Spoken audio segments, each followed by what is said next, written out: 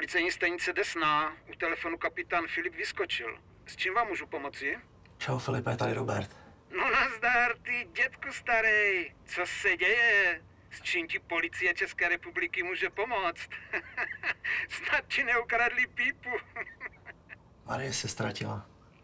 Jak? Jak ztratila? Nevím, od pondělí nepřišla domů.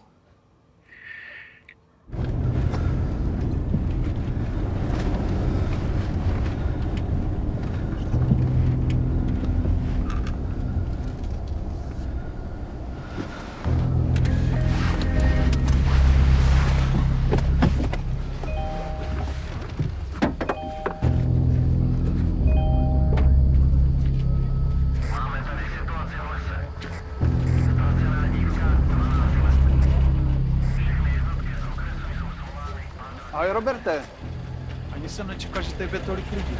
Tak co, máte něco? Zatím bohužel nic. Roberte, prosím tě, ještě jednou. Kdy byla Maruška naposledy doma? V pondělí odešla do školy a od té doby jsem ji neviděl. A to nám oznamuješ jako až teď. Ježišmarja, tak občas se pohádáme a ona zůstane spát u Krištofa. Je dost velká na to, aby se o sebe postarala sama, ne?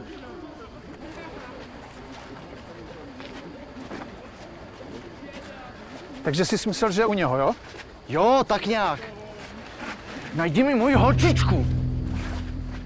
Udělám pro to, co budu moct. Slibuji. Kriminálka je už na cestě.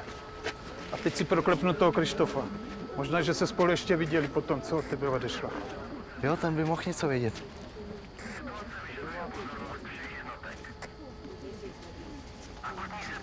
Tak, Krištof Dvořák.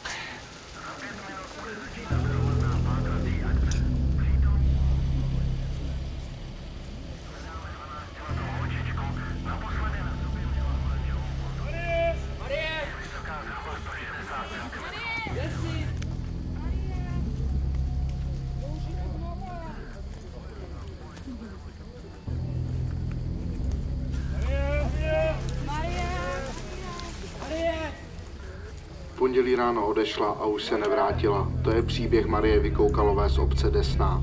Pátrají po ní jak policisté, tak dobrovolníci z obce.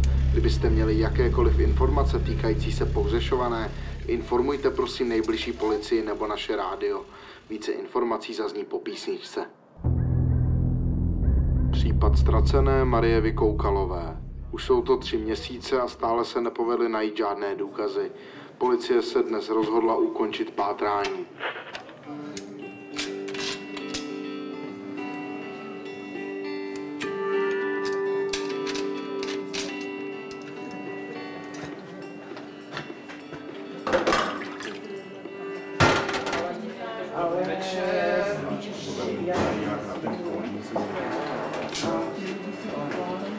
Čau. Zatím jedno, prosím tě.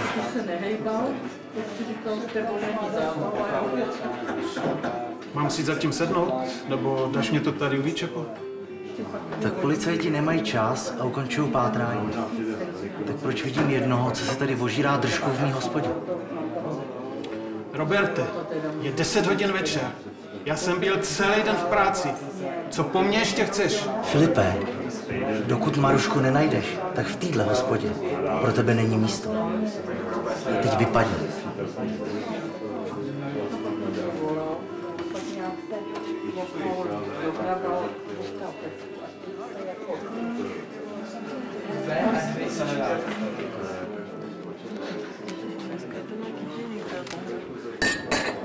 Ale mladý, vy už to taky rozpustíte, jo? Ke kase. Jasný, dohrajeme hru a padáme. Ne, řekl jsem hned. Aha, pardon. Jdeme, parto. Koukám, že už v téhle hospodě lidi nejsou vítaný.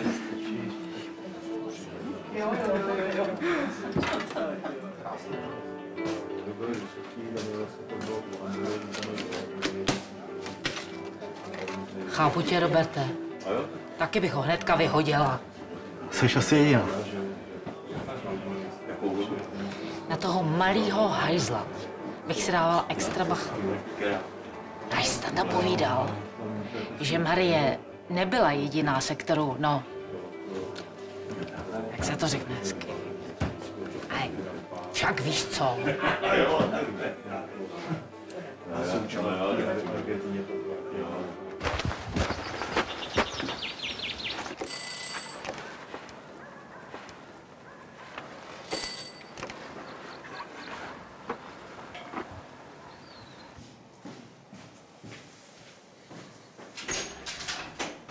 Zdravím. Vy někam jedete? Stará Mrázková říkala, že Marie pro tebe nebyla jediná, tak jak to teda bylo? Cože? Vy jako věříte starý Mrázkový? Tý největší drbně ve vesnici. Krištofe Melč, chceš říct, že to jsou keci? Vždyť já ji miloval. A pořád miluju. Proč mi to kurva nevěříte? Tak pojď, dokaž to. Teď se sebereme a najdeme ji. Už je to 4 roku. Teď ji nemůžou pořád najít. To nemá cenu. Tak miluješ ji nebo ne?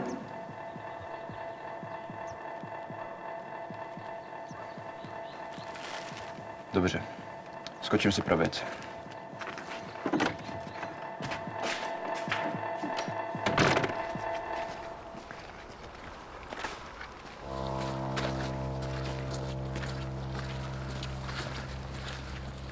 Tamhle to je.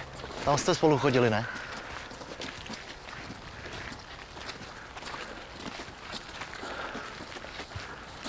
Chodili jste sem často? Jo, chodili. Chodil jsi sem jenom s ní? Proč si myslíte, že jsem ji podváděl? Nechte mě už kurva bejt.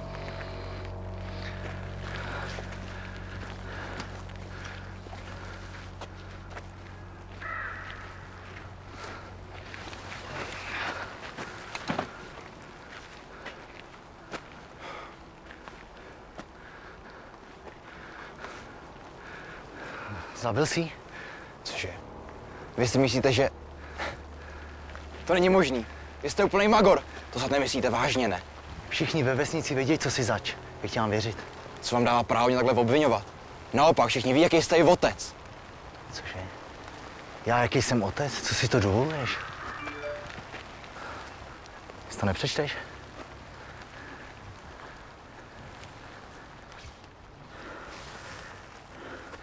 Přijedeš ke mně zase večer, minule se mi to líbilo. Vraťte mi to. To je ta coura? Co jsi udělal mojí holčičce, ty Nic jsem jí neudělal. Co jsi s ní udělal? Dejte mě bejt. Hajzla, jeden!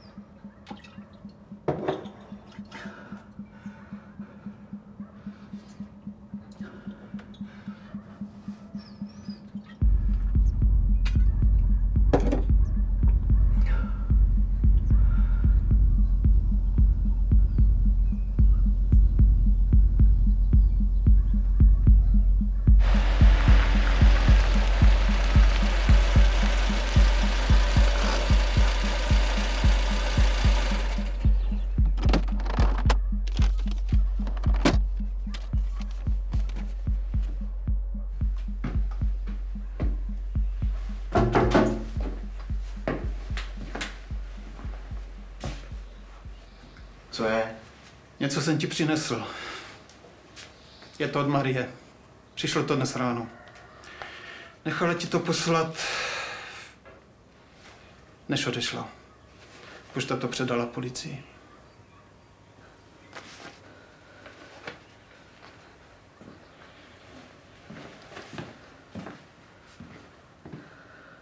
Ahoj, tati. Vím, že tohle čteš po 4 roce bezmoci a bezesných nocí.